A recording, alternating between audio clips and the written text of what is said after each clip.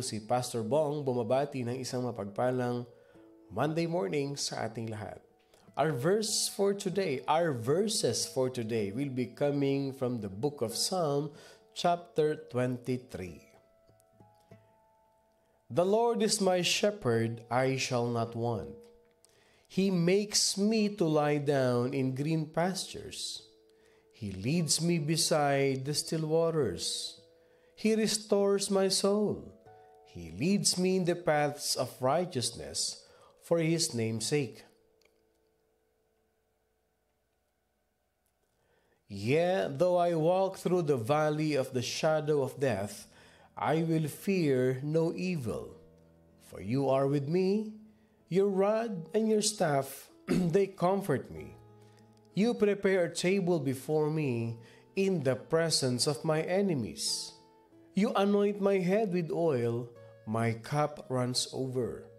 Surely goodness and mercy shall follow me all the days of my life, and I will dwell in the house of the Lord forever. Thank you, Jesus, for your wonderful scripture. Anoint me in Jesus' name. Amen. As we start a new series again in this morning devotion, sa ating pong morning devotion, maraming tanong, there's so many questions, no? Pastor, why did the Bible illustrates the shepherd and the sheep? Unang-una, it is written in the Old Testament. Yung binasa ko sa inyo kahapon, yung book of Ezekiel, no? When the shepherd became among us, became one of us, and he was among us. And the day that the shepherd delivered the sheep, it was a cloudy and dark day. Ang ganda nung binasa natin na yung kahapon from the Old Testament. The Lord could have compared His people to anything in the world. Pwede na maikumpara ng Panginoon Diyos. He could have said, my people are like bears, they are strong. Pwedeng sabihin ni Lord yun. He could have said, my people are like lions. They are courage, they are courageous, they are fearless, and they are brave. Bakit sheep?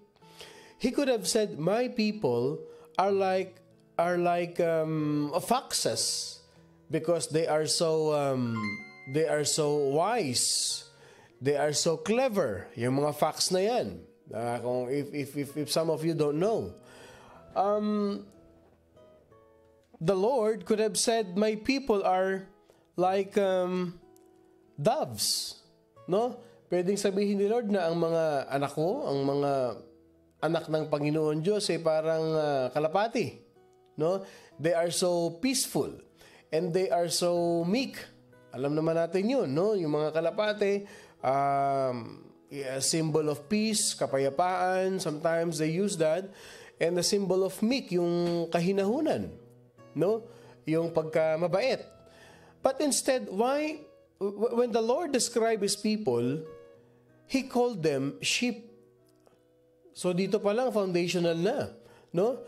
As you may or may not know, para sa ating kaalaman, ang isang tupa, ang sheep po, no? Sheep are not the brightest animals or the smartest animals to ever appear on earth. Hindi po matalinong hayop yan. In fact, they have a reputation for being quite a, excuse the term, they have that reputation for being stupid. Yang sheep po na yan.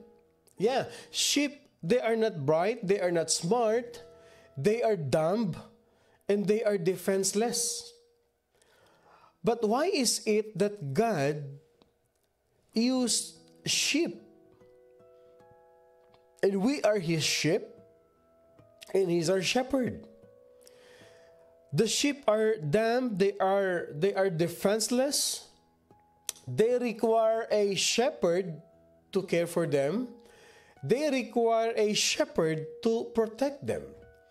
If you will just see yung mga documentary na sa mga National Geographic, pag nakita po ninyo yung sheep, no, na yan po ay nilapitan na kahit na sabihin mong mas maliit pa sa kanya ng mga foxes, ng mga wild dogs. Wala pong gagawin niya kundi iiyak lang ng iiyak yan. Sisigaw lang ng sisigaw. They don't even fight. They don't even retaliate or defend themselves. That's why they were illustrated as what? They are dumb, they are defenseless. And they require someone who will look after their what? Their smallest needs. Kahit sa maliit na pangangailangan nila, they need assistance. They need a shepherd. They need a shepherd who will lead them to where they need to be. Nadalhin sila doon sa lugar na kung saan sila dapat. Pero bakit nga ba tayo tinawag na sheep ni Lord?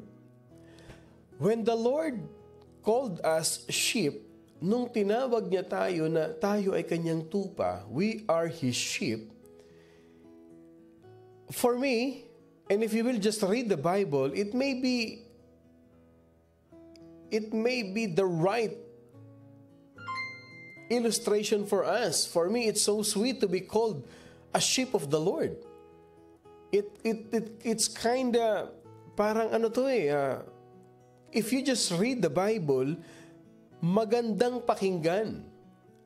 Yet, if we will just refer to the actual characteristics of a sheep, you will be discouraged. Pero, because it came from the Lord, it is right on target. Why? Tignan nyo ha. Since these sheep are so needy, okay, since the sheep is so dependent, and they cannot do anything on their own, it forms a special bond with the shepherd. He is required to get to know them intimately. Since ang sheep is very dependent animal, and we were illustrated by the Bible as a sheep, yun pala yung purpose nun. Since we are a sheep, there's a purpose na yung ating dependency kay Lord, that us as a sheep, we should have a special bond with the shepherd. So, paano tayo magkakaroon ng special bond with the shepherd? So, it requires to get to know the shepherd intimately. Why? Because the shepherd, he knows the ones who are prone to wander. Okay. Ibig sabihin, yung shepherd, dahil kilala niya yung kanyang mga tupa, dahil dependent nga ang sheep sa kanyang tupa, alam ni Lord kung sino yung mga sheep na madalas pakalat-kalat. Alam ng shepherd dahil meron silang special bond with each other, meron silang intimate bonding with the shepherd knows the weaker ones. Yes, that's true. Alam niya kung sino yung sheep na masunurin, alam niya kung sino yung sheep na mahina, alam niya kung sino yung sheep na malakas. And the shepherd knows who are the loyal sheep as well. Alam niya. And he even knows them all by name.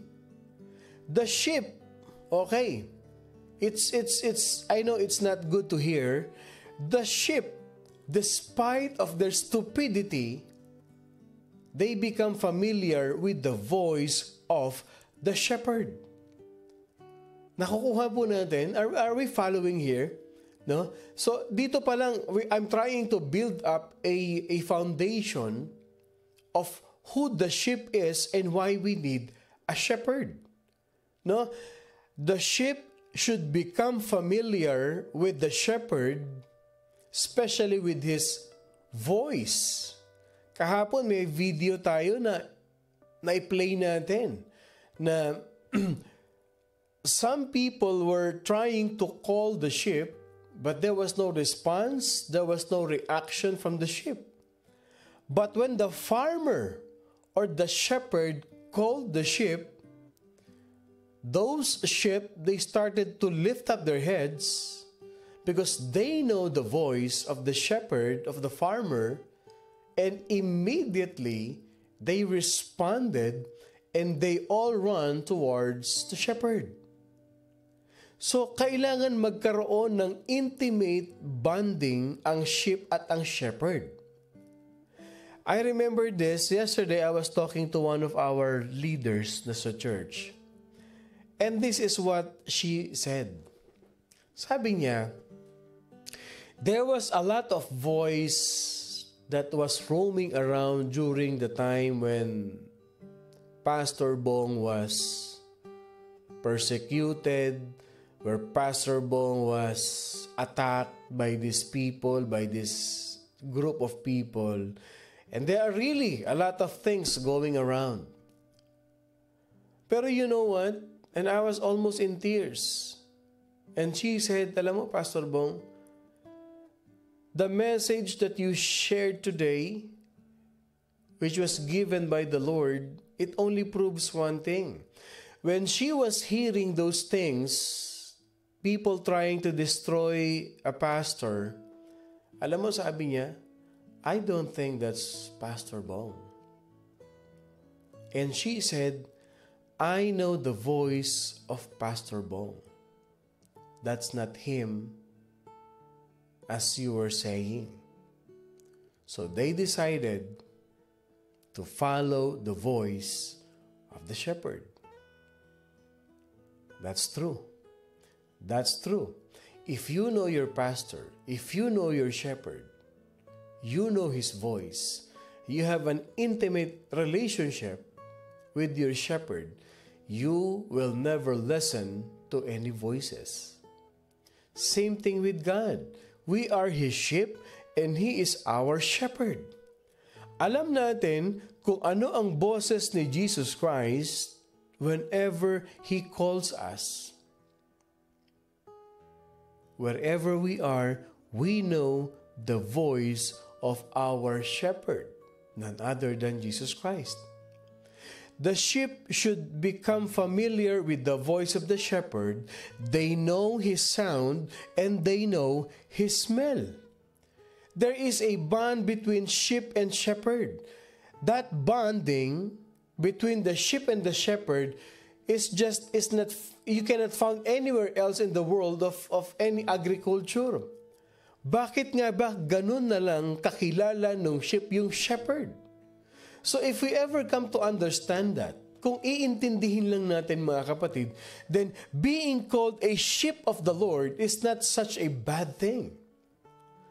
Though yung sinabi natin na characteristics ng sheep, okay na yun. Sabihin mo sa akin na I am a sheep is stupid, a sheep is very dependent, okay lang. That's okay with me. If my dependency is on the Lord Jesus Christ, I'm okay with that. Yun naman talaga ang totoo. Bilang Kristiyano, dapat lahat 101% dependency natin kay Lord. Hindi pwedeng may natitira pa tayong 0.1%. Whenever we face problems, whenever we face the needs of life, dapat 100% ang dependency natin kay Lord.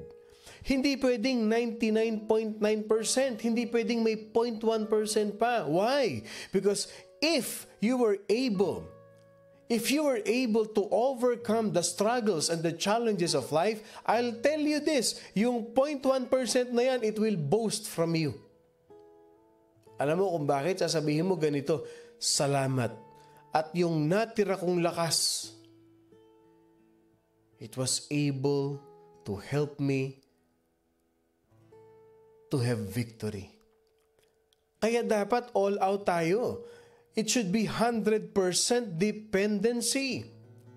Have you ever wondered, di ba may mga pagkakataon na restless ka na, helpless ka na, and then when you pray to God, the miraculous power of God is what? Immediately working in us. Minsan pag yung parang bugbog ka na, yung durug-durug ka na, you are already crushed into powder. Parang helpless ka na, Lord, hindi ko na talaga kaya. Lord, give up na talaga ako. Lumuhod ka na, umiyak ka na kay Lord. And then you will see the power of God. You will see the power of God in your life. Kasi hanggat may natitira kang lakas at pinipilit mong kayanin, at pinipilit mong makasurvive, at pinipilit mong itawid yung sarili mo. Church, I'll tell you this, God protects, God provides. Isn't that a wonderful experience? Isn't that a wonderful good news to know that you do not protect yourself, God protects you? Isn't it a wonderful thing to know that you do not provide but God provides for you?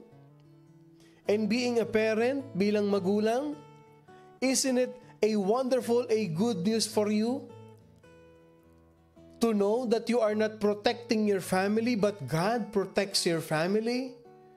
Isn't it a wonderful good news for you that as a head of the family, as a wife, as a light, as a mother of the family, you are not providing for your children but God provides? Because the moment na iniisip natin na ako ang nagpo-protekta sa pamilya ko, ako ang nagpo-provide sa pamilya ko, there will be a stress, there will be a pressure one day. Paano pagka medyo nag-slow down ka na? Pag hindi na yung at the peak of your strength, eh di magwo-worry ka na. Paano ngayon to? Hindi na ganun kalakas ang kita ko. How about my family? How about those things that I've started? Paano ko to tatapusin? How can I provide for them? Hindi ba ang mangyayari, mapipressure ka na? Mag-aalala ka na? Mag-iisip ka na? Magwo-worry ka na? Why? Because of your life, all your life, you've been thinking about that you are the one who is protecting them, your loved ones, and you are the one who's providing for them. Church, let's change our mindset. Baguhin na natin. We are not the one who is providing for our family. It is the Lord who provides. And when God provides, He makes, He refreshes us, He leads us. Yung dalawang term natin kahapon.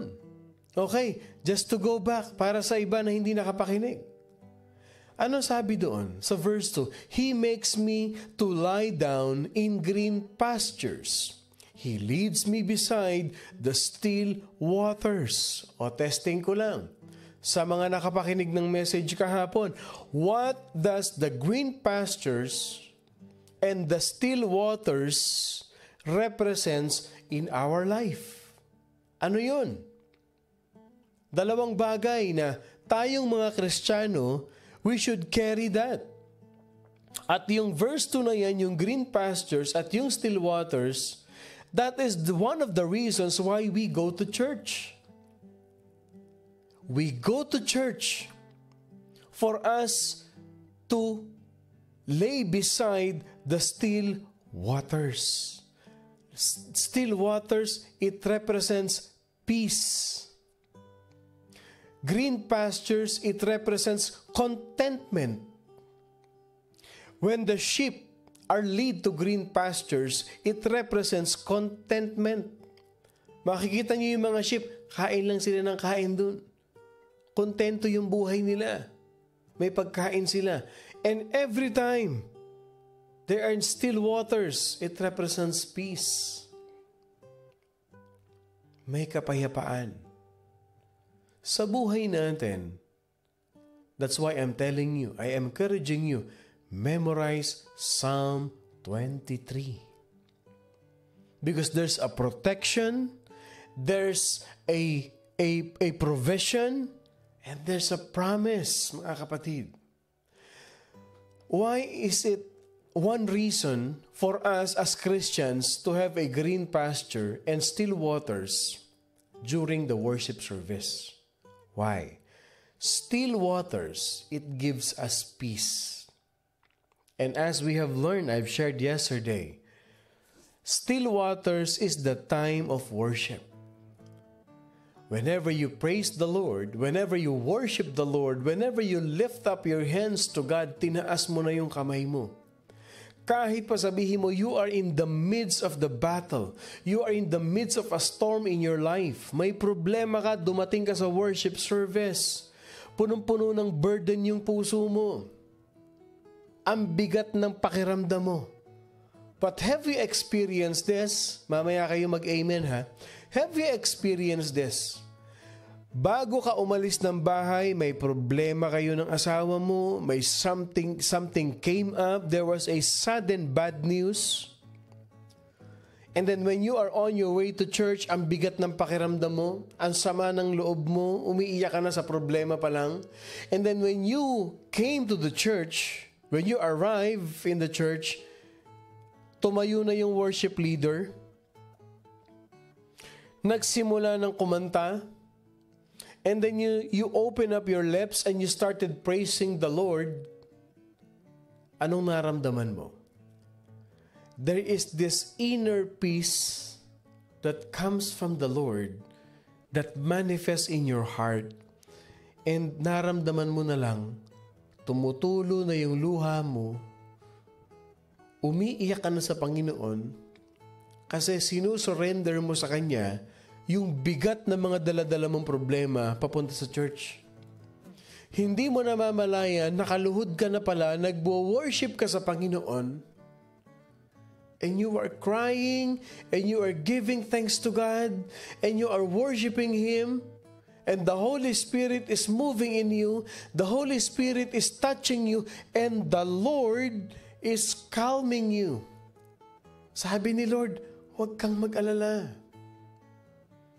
You are now beside the still waters. You are worshiping me, and I am granting your provision. Binibigyan na kita ng kapayapaan sa puso mo. Be still and know that I am God. Ngayon, gusto ko makita, how many of us here have experienced still waters in their life during the worship service? Ilan sa atin dito?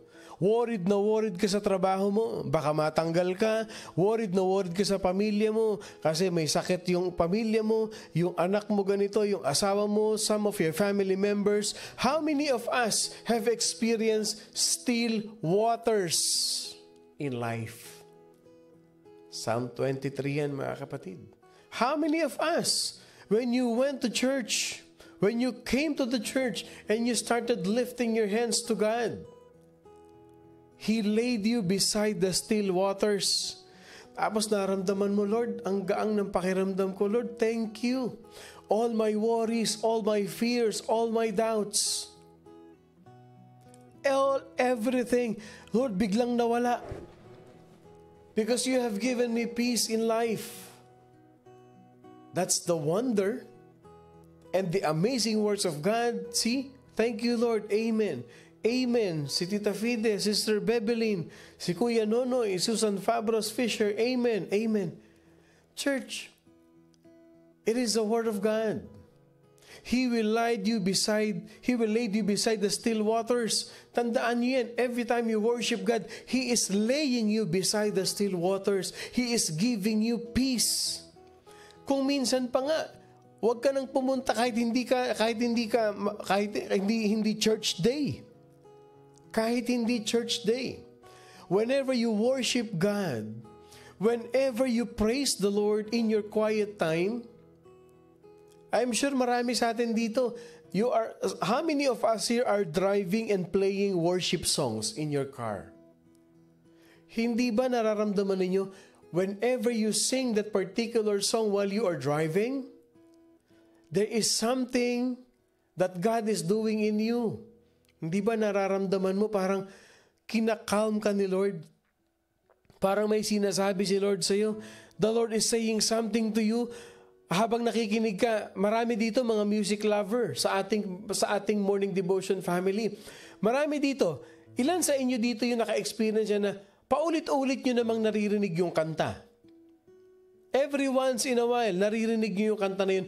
Bakit? Why in that particular day, in that particular time, in that particular situation of your life na meron kang pinagdadaanan, nung tumugtog yung kanta na yun, there is something that strike you. It strikes your heart that sabi mo, Lord, ikaw ba yan? Kinakausap mo ba ako?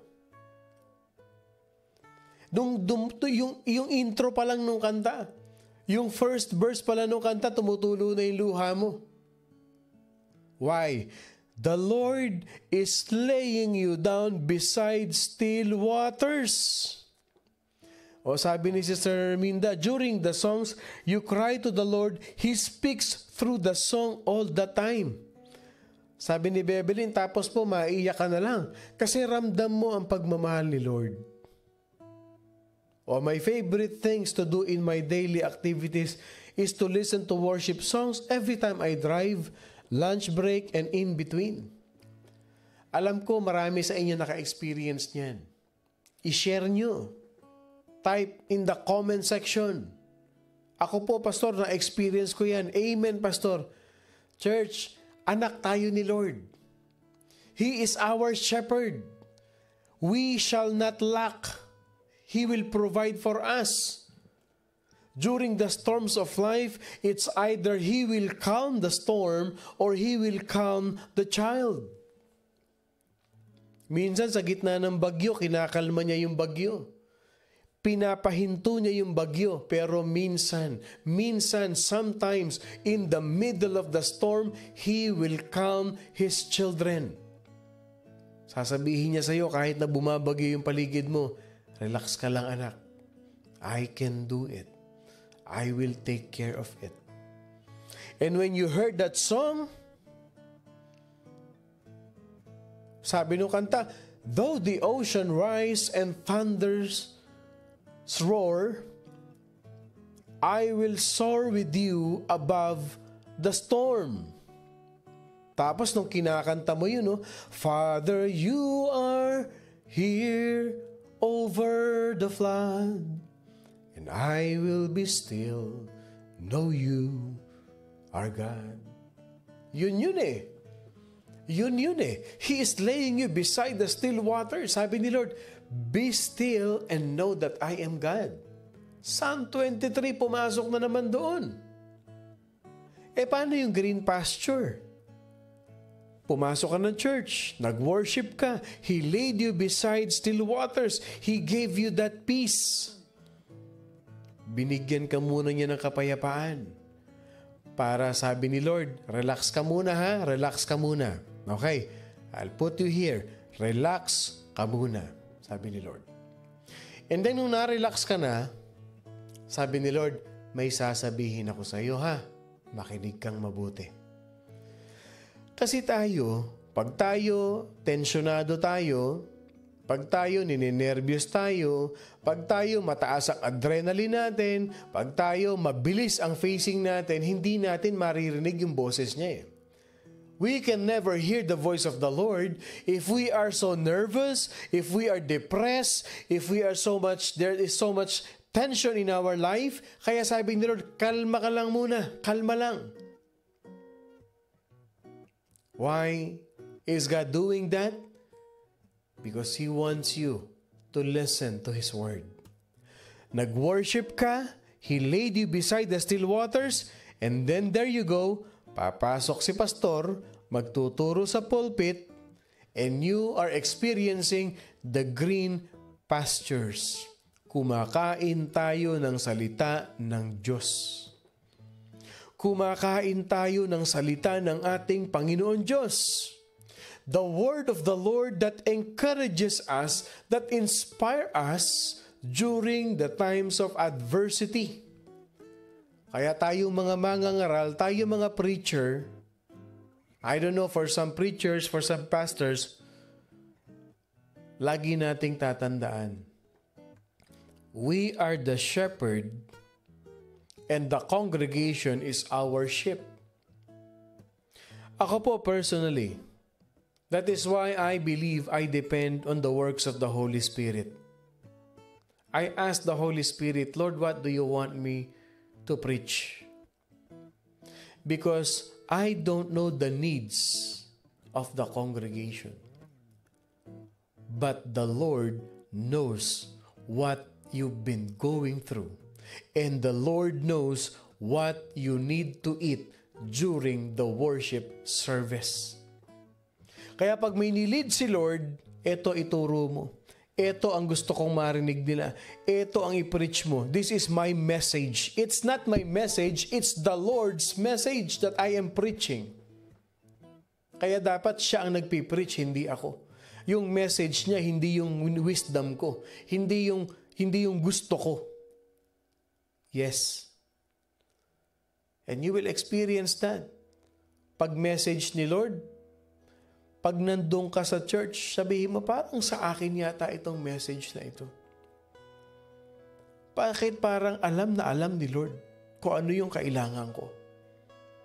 Because He is our shepherd and we are the sheep.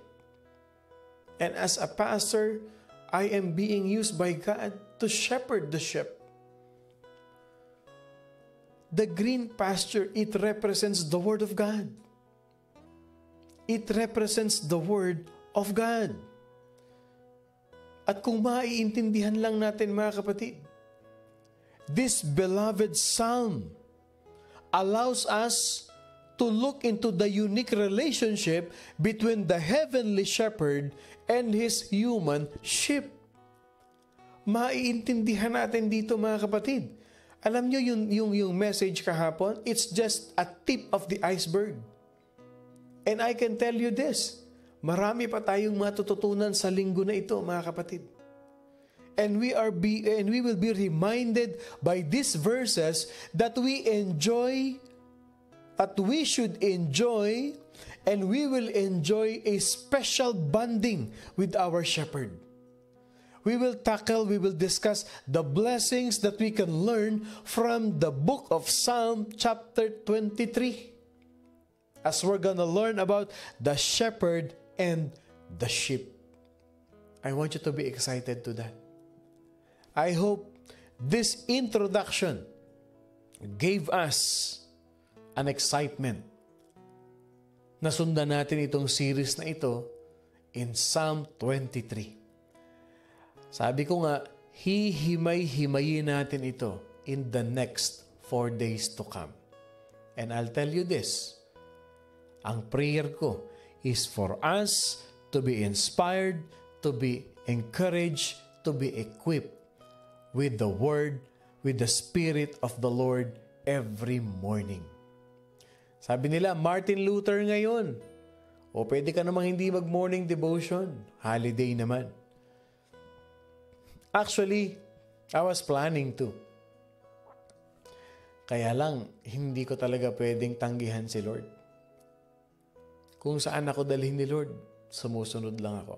Sabi ni Lord, gumising ka, mag-ayos ka, mag-devotion ka. People need the Word of God.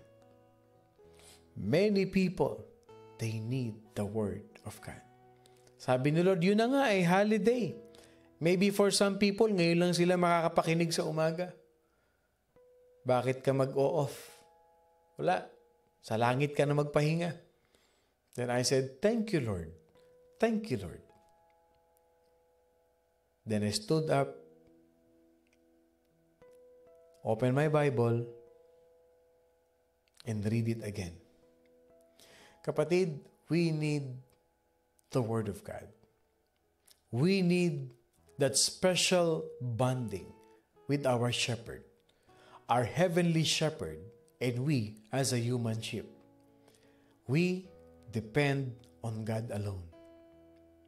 I depend on God alone.